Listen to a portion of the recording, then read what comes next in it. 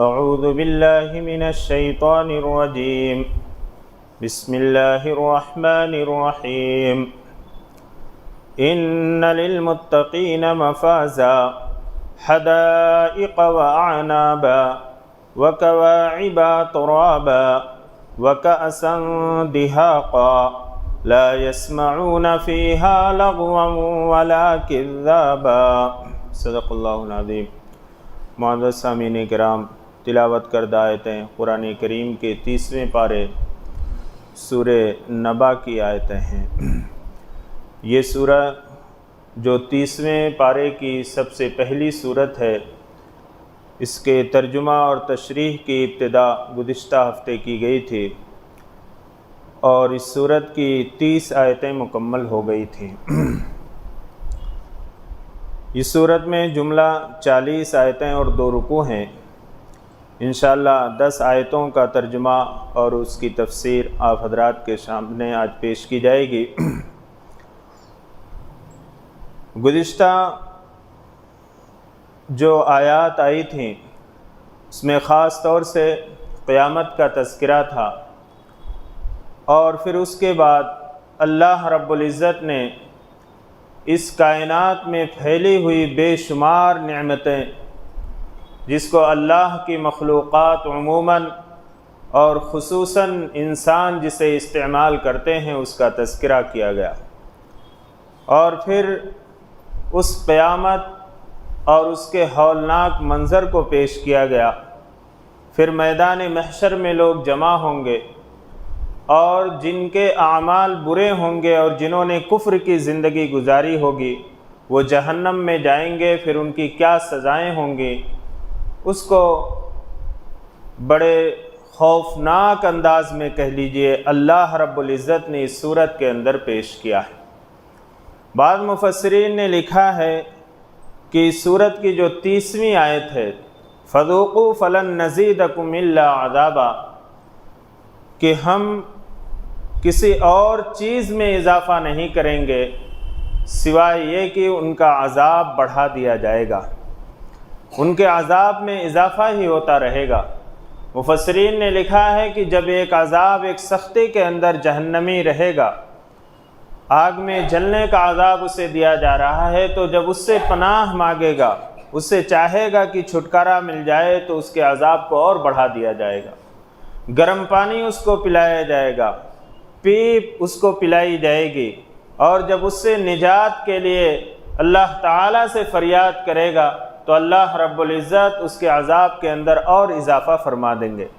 مفسرین کرام نے لکھا ہے کہ قرآن کریم میں جہنمیوں کے لیے اس سے زیادہ سخت آیت اور کوئی بھی نہیں ہے، اور بعض مفسرین نے یہ فرمایا کہ اللہ تعالیٰ ان کے عذاب میں اس لیے اضافہ کرتے رہیں گے کہ اگر یہ دنیا کے اندر اور بھی ان کو زندگی ملتی تو یہ اپنے کفر کے اندر بڑھتے رہتے اور اللہ کی نافرمانیوں میں بڑھتے رہتے، اس لیے اللہ رب العزت انہیں آخرت میں اور جہنم میں ان کے عذاب کو بڑھاتے رہیں گے۔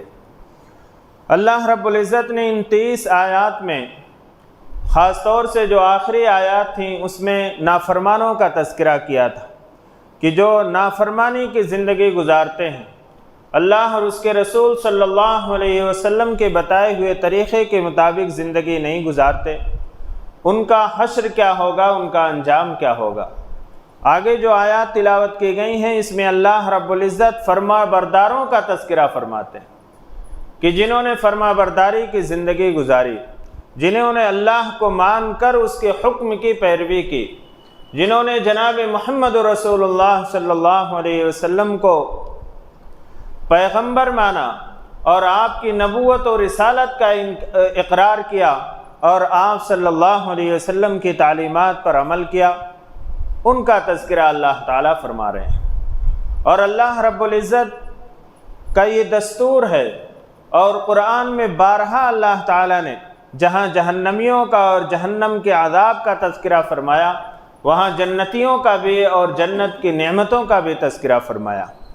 گویا اللہ رب العزت نے اگر کہیں خبردار کیا ہے تو فوراً اس کے بعد اللہ رب العزت نے ترغیب بھی دی ہے کہ دیکھو جہنم بھی میں نے بنائی ہے، جنت بھی میں نے بنائی ہے، میں یہ نہیں چاہتا کہ میری مخلوق جہنم کے اندر جائے، میں تو یہ چاہتا ہوں کہ جنت کا دروازہ تم کھٹکھٹاؤ اور جو میری رحمت کا دروازہ ہے اس کو کھٹکھٹاؤ۔ اللہ رب العزت نے اس لیے قرآن کریم کے اندر بار بار اس کی ترغیب دلائی ہے اور جنت کا بھی تذکرہ فرمایا ہے اور اس کی نعمتوں کا بھی۔ اللہ تعالیٰ فرماتے ہیں ان للمتقین مفازا، یقیناً پرہیزگاروں کے لیے بڑی ہی کامیابی ہے۔ تقویٰ کی مختصر سی تعریف یہ کی جاتی ہے کہ اللہ رب العزت نے جس کام کو کرنے کا حکم دیا ہے اس کو کرے اور جس سے منع کیا گیا ہے اس سے رک جائے۔ بس یہ مختصر سی تعریف تقویٰ کی، زیادہ لمبی چوڑی نہیں۔ جن کاموں کو کرنے کا حکم دیا گیا اس پہ پابندی کے ساتھ عمل کرے، اس کو بجا لائے، اور جن کاموں سے روکا گیا ہے اس سے رک جائے، یہی تقویٰ ہے۔ اللہ تعالیٰ فرماتے ہیں کہ متقیوں کے لیے بڑی ہی کامیابی ہے، یعنی اصل کامیابی آخرت کی کامیابی ہے۔ اصل کامیابی مرنے کے بعد کی جو زندگی ہے اس میں کامیاب ہو جائے، اس کو اللہ رب العزت نے کامیابی قرار دیا ہے۔ اللہ کے رسول صلی اللہ علیہ وسلم نے اسی کو کامیابی قرار دیا۔ فَمَنْ زُحْزِحَ عَنِ النَّارِ وَأُدْخِلَ الْجَنَّةَ فَقَدْ فَازَ۔ اللہ تعالیٰ فرماتے ہیں کہ جو جہنم سے بچا لیا گیا اور جنت میں داخل کر دیا گیا وہی کامیاب ہے۔ تو کامیابی کا ہمارا معیار یہ ہونا چاہیے کہ آخرت کی جو زندگی ہے ہمارے ہم اس میں کامیاب ہو جائیں، اور اس کے لیے اللہ تعالیٰ نے ایک لفظ فرمایا ان للمتقین مفازا، کہ متقیوں کے لیے، اللہ سے ڈرنے والوں کے لیے، اللہ کا خوف رکھنے والوں کے لیے کامیابی ہی کامیابی۔ یہ ہمارے اندر یہ صفت پیدا ہو جائے کہ اللہ کے ہم حکموں کو ماننے والے بن جائیں اور اللہ نے جن چیز سے منع کیا، روکا ہے، مجھ سے رک جائیں۔ یہی تقویٰ کی تعریف ہے اور یہی متقی کی صفت ہے۔ حدائق و عنابا، اللہ تعالیٰ فرماتے ہیں کہ باغات ہوں گے اور انگور، یعنی متقی لوگ جنت میں جائیں گے، کامیاب ہوں گے، اور وہاں جو ہے انہیں باغات، حدائق اور حدیقہ ایسے باغات کو کہا جاتا ہے کہ جس کے اطراف سے دیواریں اٹھی ہوں جو بالکل محفوظ ہو۔ تو اس باغ کے اندر اللہ رب العزت جنتیوں کا ٹھکانہ عطا فرمائیں گے، وعنابا، اور اس میں انگور ہوں گے۔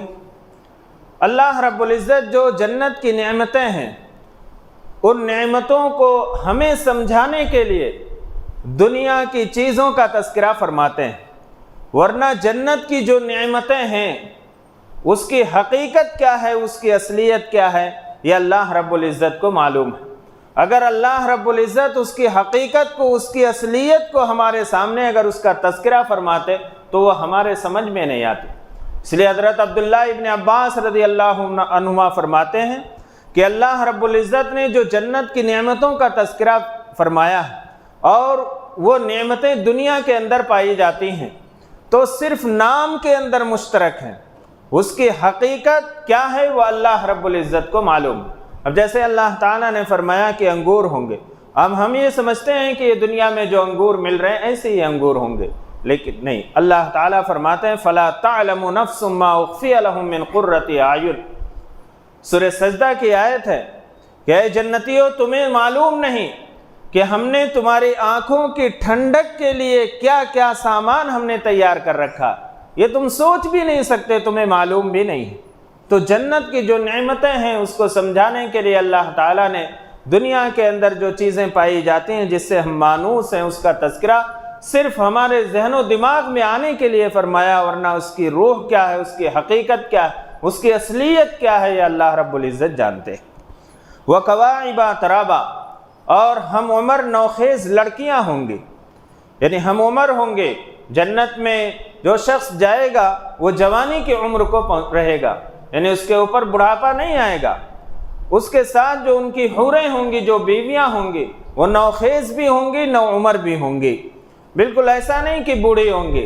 اللہ رب العزت نے یہ آخرت کے اندر ایمان والوں کے لیے اور متقیوں کے لیے اللہ تعالیٰ نے یہ نعمت جو ہے اللہ تعالیٰ نے عطا فرما رکھی ہے۔ تو اللہ تعالیٰ فرماتے ہیں وَكَوَاعِبَ تَرَابًا، اور نوخیز ہم عمر لڑکیاں ہوں گی، وَكَأْسًا دِهَاقًا، اور چھلکتے ہوئے جام ہوں گے، یعنی شراب طہور، جو پاکیزہ شراب پلائی جائے گی جنتیوں، جس میں اس کا تذکرہ آ چکا پچھلے صورتوں میں کہ جس میں کسی میں جو ہے سونٹ کی آمیزش ہوگی، کیونکہ سونٹ اس کی خوشبو جو ہے اہل عرب بہت پسند کیا کرتے تھے، اور شراب کے اندر اس کو ملا کر پیتے تھے، اس سے خوشبو آتی تھی۔ اللہ تعالیٰ فرماتے ہیں کہ جنت میں ایسی نعمتیں ملیں گے اور ایسے شراب ملیں گے جو پاکیزہ ہوں گے اور وہ چھلکتے ہوئے جام ہوں گے، جس کا تذکرہ پچھلی آیات میں آ چکا ہے کہ اللہ رب العزت نے ایسا مقرر کر رکھا ہے کہ اس کو بھرنے والے نے ایک اندازے کے مطابق بھرا ہوگا، کہ نہ بہت زیادہ ہوگی کہ اس کو اٹھانے میں پینے میں دقت محسوس ہو، اور نہ اتنی کم ہوگی کہ بار بار لینے کی ضرورت پڑے۔ اللہ تعالیٰ نے یہ ساری نعمتیں تقوی اختیار کرنے والوں کے لیے اللہ تعالیٰ نے مہیا کر رکھی۔ لا يسمعون فیہا لغوا ولا کذابا، اللہ تعالیٰ فرماتے ہیں کہ اس میں نہ کوئی بیہودہ بات ہوگی اور نہ کوئی جھوٹی بات۔ عموماً شراب پینے کے بعد دنیا کے اندر آدمی اس کی عقل خراب ہو جاتی ہے، وہ بیہودہ باتیں کرتا ہے، جھوٹ بولتا ہے، گالی گلوچ کرتا ہے۔ ایک آدمی سکون سے بیٹھا ہوا ہے لیکن اس سے آ کے لڑنے جھگڑنے کے لیے تیار ہو جاتا، لپٹ جاتا اور اس کا سکون غارت کر دیتا ہے۔ اللہ تعالیٰ فرماتے ہیں کہ جنت میں یہ نعمتیں ملیں گی، لیکن وہاں پہ نہ تو کوئی بیہودہ بات، نہ کوئی گالی گلوچ، نہ کوئی ایسی بات کہ جسے سن کر تکلیف ہو، اور نہ کوئی جھوٹی بات ہوگی۔ بس اطمینان ہی اطمینان رہے گا، سکون ہی سکون رہے گا۔ یہ نعمتیں اللہ رب العزت نے متقیوں کے لیے، اہل تقوی اور اہل ایمان کے لیے تیار کر رکھی۔ جزاء من ربک عطاء حسابا، اللہ تعالیٰ فرماتے ہیں یہ آپ کے پروردگار کی طرف سے بدلہ ہوگا۔ جو دنیا کے اندر ہم نے اچھے اعمال کیے ہیں، ہم نے اپنی خواہشات کو کچلا ہے، ہم نے جو تکلیفیں اٹھائی ہیں، جو مشقتیں برداشت کی ہیں، ہم نے جو ایک پابندی کی زندگی گزاری ہے، کیونکہ مومن کی زندگی جو ہوتی ہے وہ پابندی کی زندگی ہوتی ہے، اس کی اپنی مرضی نہیں چلتی، اس کا اپنا نفس نہیں چلتا۔ اگر وہ اپنی مرضی چلا رہا اور اپنے نفس کے جو ہے جذبے اور نفس کی چاہت کے مطابق زندگی گزار رہا ہے تو ظاہر سی بات ہے کہ وہ اللہ اور اس کے رسول کی تو نافرمانی کرنے والا ہی ہوگا۔ تو اللہ تعالیٰ فرماتے ہیں کہ جو تم نے دنیا میں اعمال کیے ہیں، جو مشقتیں اٹھائی ہیں، جو پابندیاں جھیلے ہیں، اس کا یہ بدلہ ہے۔ عطاء حسابا، اللہ تعالیٰ فرماتے ہیں کہ بھرپور نوازش ہوگی، یعنی ایک تو اللہ تعالیٰ اس کا بدلہ دیں گے، اور دوسرے یہ کہ اللہ تعالیٰ کی طرف سے عطا ہوگی۔ جناب محمد رسول اللہ صلی اللہ علیہ وسلم نے ایک موقع پر فرمایا کہ کوئی شخص اپنے اعمال کے بدلے جنت میں نہیں جائے گا جب تک کہ اللہ کا فضل نہ ہو، اللہ کی رحمت نہ ہو، اللہ کی عطا نہ ہو۔ صحابہ نے عرض کیا، اللہ کے نبی صلی اللہ علیہ وسلم آپ؟ حضور صلی اللہ علیہ وسلم نے فرمایا کہ ہاں، محمد بھی اللہ کے فضل کے بغیر جنت میں نہیں جائے گا۔ تو جو ہم اعمال کرتے ہیں، اچھے اعمال، اللہ رب العزت نے اس کے بدلے میں ہمیں دنیا کے اندر کتنی نعمتیں دے رکھی ہیں، بے شمار نعمتیں اللہ تعالیٰ نے عطا فرما رکھی۔ جتنی نعمتیں ہم اللہ رب العزت کی استعمال کرتے ہیں، اتنے اعمال تو ہم سے نہیں ہو رہے۔ اگر اللہ رب العزت یہ فیصلہ فرما دے کہ جو تم نے دنیا میں اعمال کیے تھے اس کا بدلہ تمہیں دنیا کی نعمتوں کی شکل میں عطا کر دیا گیا، اب تمہارے پاس کیا بچا ہے؟ لیکن نہیں، اللہ رب العزت اپنا فضل فرمائیں گے، اور اللہ رب العزت اپنی عطا اور بخشش سے نوازیں گے اور بھرپور عطا فرمائیں گے کہ یہ جو بدلہ تمہیں مل رہا ہے، یہ تم اس غرور میں نہ رہو کہ تمہارے اعمال کی وجہ سے مل رہا ہے، یہ تو اللہ رب العزت کی عطا ہے اور اس کی دین ہے کہ اللہ رب العزت تمہارے اس ٹوٹے پھوٹے اعمال کو جو دنیا میں تم نے کیے تھے اس کو قبول فرما لیا، اور اس کے بدلے میں اللہ تعالیٰ نے تمہیں یہ نعمتیں عطا فرما دی۔ رب السماوات والارض وما بینہما الرحمن لا یملکون منہ خطابا، اللہ تعالیٰ فرماتے ہیں کہ جو آسمانوں اور زمین کا مالک ہے، رب ہے، پالنے والا ہے، وما بینہما، اور جو چیزیں ان کے درمیان ہیں، آسمان اور زمین کے درمیان ساری چیزیں، ساری مخلوقات جو رہتی ہیں، ان سب کا مالک کون ہے؟ اللہ تعالیٰ۔ الرحمن، جو بڑے مہربان ہیں، لا یملکون منہ خطابا، کسی کی مجال نہیں کہ اس سے بات کر سکے۔ یعنی اللہ رب العزت کتنا رحم فرمانے والے ہیں، کتنے رحیم اور کتنے کریم ہیں۔ اللہ رب العزت کی رحمت بے پایا بے انتہا ہے، اس کو کوئی شمار نہیں کر سکتا۔ ایک مثال کے طور پر فرمایا جاتا ہے کہ اللہ تعالیٰ 70 ماؤں سے بھی زیادہ محبت اور رحم کرنے والے ہیں، اس کے باوجود بھی اللہ تعالیٰ کا اس قدر اس میدان محشر میں اور قیامت کے دن اس قدر جاہ و جلال ہوگا، اس قدر آپ کی ہیبت لوگوں کے اندر طاری ہوگی، لا یملکون منہ خطابا، کسی کی مجال نہیں ہے کہ وہ بات کر سکے اللہ رب العزت سے۔ یعنی کوئی یہ پوچھ گچھ نہیں کر سکتا، کسی کی مجال نہیں کہ اس کو نعمتیں کیوں زیادہ دے دی گئیں، اس کے کیوں جنت میں اونچے مقام پر پہنچا دیا گیا، اس کو کیوں جہنم کے اندر ڈال دیا جائے گا۔ کسی کی مجال اور یہ ہمت نہیں ہوگی کہ اللہ رب العزت سے بات کر سکے۔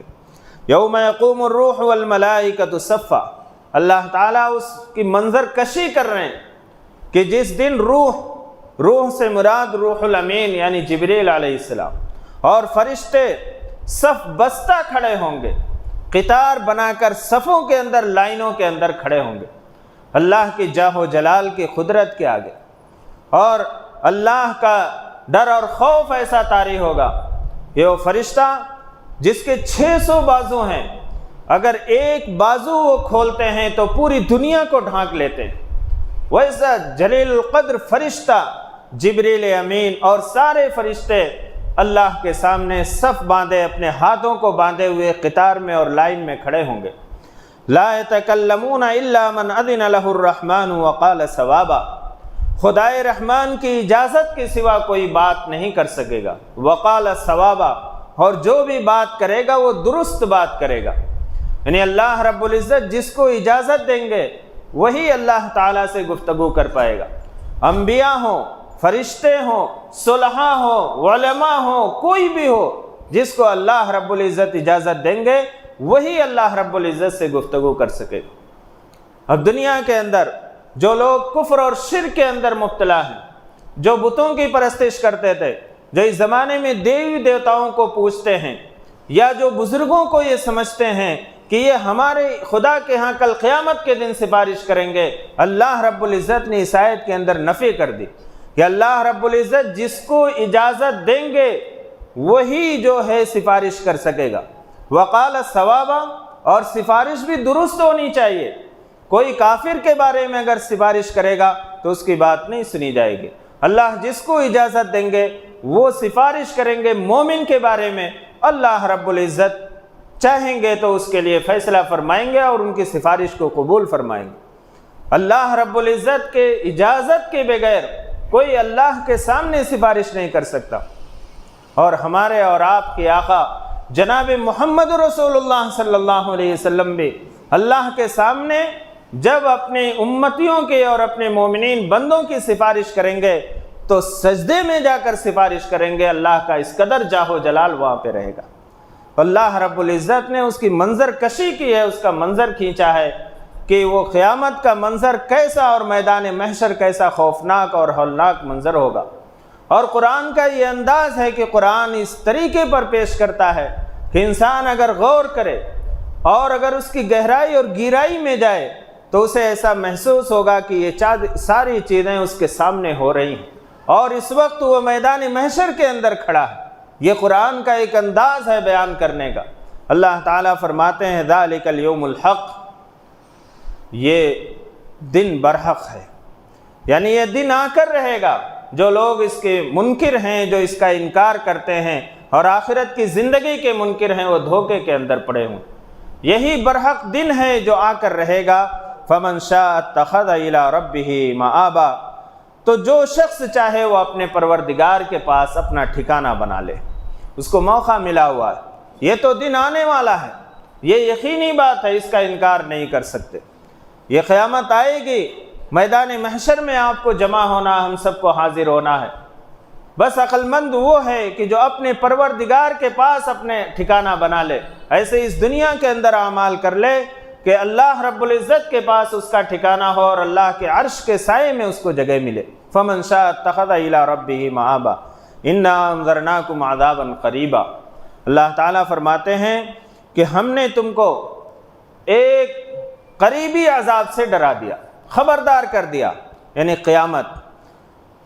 اب لوگ یہ سوال کرتے ہیں قیامت پتہ نہیں کب آئے گی، کتنی دور ہے، اس کو اللہ تعالیٰ نے قریبی عذاب کہا ہے، یعنی اس کو بہت قریب کہا ہے۔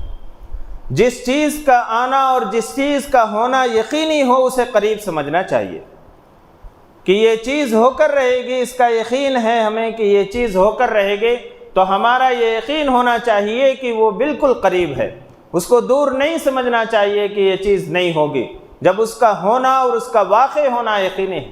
اور موت تو قیامت کا دروازہ ہے کہ جب انسان کی موت آ گئی تو وہ قیامت کے دروازے کے اندر جو ہے گویا قیامت کے اندر داخل ہو گیا، اور مرنے کے بعد قبر ہی سے اس کی قیامت شروع ہو چکی ہے۔ تو مومن کے لیے سوچنا چاہیے، غور کرنا چاہیے کہ میری موت ہی قیامت کا دروازہ ہے۔ اس لیے اللہ رب العزت نے فرمایا کہ ہم نے تم کو ایک قریبی عذاب سے آگاہ کر دیا۔ یوم ینظر المرء ما قدمت یداہ، جس دن آدمی دیکھ لے گا جو کچھ اس نے آگے بھیجا ہے، جو کچھ ہم کرتے ہیں، ہم اللہ کے سامنے جھکتے ہیں، اپنے سر کو جھکاتے ہیں، یہ گویا ہم آگے بھیج رہے ہیں۔ جو بھی ہم اعمال کرتے ہیں وہ گویا ہم آگے بھیج رہے ہیں، چاہے اچھے یا برے اعمال۔ یوم ینظر المرء، ہر انسان دیکھ لے گا، چاہے اس اعمال کو شکل دے دی جائے گی، اس شکل کی حالت میں اس کو دیکھ لے گا، یا اس اپنے اعمال کو اپنے نام اعمال کے ذریعے سے دیکھ لے گا۔ جو دنیا کے اندر اس نے عمل کیے ہیں وہ سارے کے سارے اعمال وہ اللہ رب العزت جو ہے اس کو دکھا دیں گے۔ یہ قیامت کا دن جو ہے میدان محشر، وہ سارے اعمال اس کے سامنے ہو جائیں گے۔ جیسے کسی چیز کی ریل ہوتی ہے، پہلے زمانے میں چلتی تھی، اس کو ریورس کر دیتے تھے، گھما دیتے تھے، پوری زندگی کے جتنے بھی دنیا میں ہم نے عمل کیے ہیں وہ سارے ہمارے نگاہوں کے سامنے ہو جائیں گے۔ وَيَقُولُ الْكَافِرُ يَا لَيْتَنِي كُنْتُ تُرَابًا، اور کافر کہیں گے کہ اے کاش میں مٹی ہو جاتا۔ یعنی کافر جب دیکھیں گے تو یہ تمنا کریں گے۔ بعض مفسرین نے فرمایا کہ کافر یہ تمنا کرے گا کہ اے کاش میں پیدا ہی نہ ہوتا، اے کاش میں مٹی ہو جاتا۔ جب اللہ کے فیصلے کو سنیں گے اور اللہ رب العزت کا عدل اور انصاف جب دیکھیں گے، حدیث پاک میں فرمایا گیا کہ اللہ رب العزت میدان محشر میں جب قیامت قائم ہو جائے گی، میدان محشر برپا ہوگا، تو ساری زمین کو مستوی کر دیں گے، برابر کر دیں گے، نہ کوئی نیچائی نہ اونچائی، نہ کوئی نشیب و فراز، اور ساری مخلوقات، سارے جاندار، وحشی جانور بھی سارے کے سارے موجود ہوں گے۔ وہاں اگر کسی سینگ والی بکری نے بے سینگ والی بکری کو مارا تھا، اللہ رب العزت اس کو سینگ عطا فرمائیں گے اور اس سے اس کا بدلہ دلوائیں گے۔ یہ ہے اللہ رب العزت کا انصاف۔ اور اس کے بعد اللہ رب العزت سارے حیوانات کو حکم دیں گے مٹی ہو جاؤ، سارے کے سارے مٹی ہو جائیں گے۔ جب کافر یہ منظر دیکھیں گے تو وہ بھی تمنا کریں گے کہ اے کاش ہم بھی مٹی ہو جاتے، یعنی یہ عذاب اور یہ سزائیں ہمیں نہ ملتی اور یہ جہنم میں ہمیں جلنا نہ پڑتا، ہم بھی مٹی ہو جاتے۔ تو اللہ تعالیٰ فرماتے ہیں وَيَقُولُ الْكَافِرُ يَا لَيْتَنِي كُنْتُ تُرَابًا، اور کافر کہے گا کہ اے کاش میں مٹی ہو جاتا۔ اس لیے حدیث پاک میں اس قیامت کے دن کو یوم الندامہ بھی کہا گیا ہے کہ یہ شرمندگی کا دن ہوگا، اور مومن کے لیے بھی شرمندگی کا دن ہوگا اور کافر کے لیے بھی شرمندگی کا دن ہوگا۔ یوم الحسرہ کہا گیا ہے کہ قیامت کو کہ یہ افسوس کا دن ہوگا، کافر بھی افسوس کرے گا اور مومن بھی افسوس کریں گے کہ اے کاش میں نے دنیا کے اندر اور دنیا کی زندگی میں اللہ رب العزت کی فرما برداری کر لی ہوتی، اپنے اعمال کو درست کر لیا ہوتا، اور میں نے دین پر مکمل عمل کر کے زندگی گزاری ہوتی، تو آج مجھے جنت میں اور بھی اعلیٰ سے اعلیٰ نعمتیں ملتی۔ تو دونوں کے لیے حسرت اور افسوس کا مقام ہوگا۔ اس لیے ہمارے اور آپ کے پاس موقع ہے، جب تک اللہ تعالیٰ نے زندگی عطا فرمائی ہے، اس زندگی کو ہم اس حال میں گزاریں کہ ہم اللہ اور اس کے رسول کی اطاعت و فرما برداری کرتے رہیں، اللہ کی نافرمانی سے بچتے رہیں، اور خاص طور سے معاملات کو اپنے درست فرمائیں، اور حرام کمائی سے، حرام ذریعے آمدنی سے اپنے آپ کو بچائیں، حلال کی کوشش کریں۔ کوئی بھی انسان جو ماں کے پیٹ میں رہتا ہے، اللہ رب العزت اس کی پیدائش سے پہلے اس کا رزق اسے لکھ دیتے، اللہ رب العزت وہ روزی عطا فرمائیں گے۔ اب بندے کے اوپر ہے، اللہ تعالیٰ تو فرماتے ہیں کہ اے بندے میں تمہیں یہ رزق دینے والا ہوں، اب تمہارے اوپر ہے کہ تو اس کو حلال طریقے پر حاصل کر رہا ہے یا حرام طریقے پر حاصل کر رہا ہے۔ مجھے تو وہ چیز دینا ہے، میں نے یہ وعدہ کر لیا ہے، ان وعد اللہ حقا، اور اللہ کا وعدہ سچا ہوتا ہے۔ اب بندے کے اوپر ہے، بندہ چاہے تو اسے حرام طریقے پر کمائے یا حلال طریقے پر اسے حاصل کرے۔ اس لیے کوشش کریں کہ زندگی میں حلال کمانے کی کوشش کریں۔ اللہ رب العزت نے جتنی روزی دنیا کے اندر میسر رکھی ہے، مقدر فرما رکھی ہے، وہ مل کر رہے گی، اسے کوئی روکنے والا نہیں ہے۔ تو اللہ رب العزت نے ان آیات میں خاص طور سے اہل تقوی اور متقیوں کا ذکر فرمایا ہے، اور اسی کے ساتھ ساتھ جو کافر ہوں گے، جنہوں نے کفر کی زندگی گزاری ہوگی، وہ کل قیامت کے دن حسرت کریں گے، افسوس کریں گے، اور یہ تمنا کریں گے کہ اے کاش میں مٹی ہو جاتا، میرا حساب و کتاب نہ ہوتا، اور مجھے جو ہے مٹی بنا دیا جاتا اور میں ختم ہو جاتا۔